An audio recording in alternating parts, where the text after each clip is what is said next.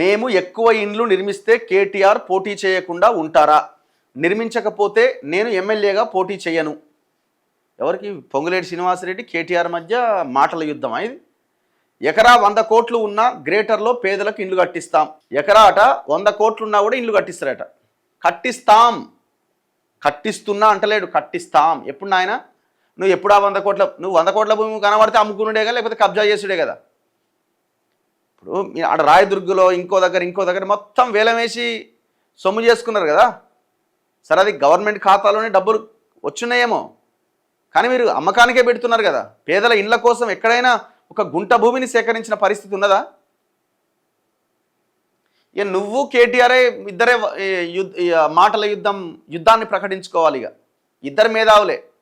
కబ్జాలలో నీకు ఆయనకి తీసిపోని మీరు ఉద్దండులు మీరిద్దరు.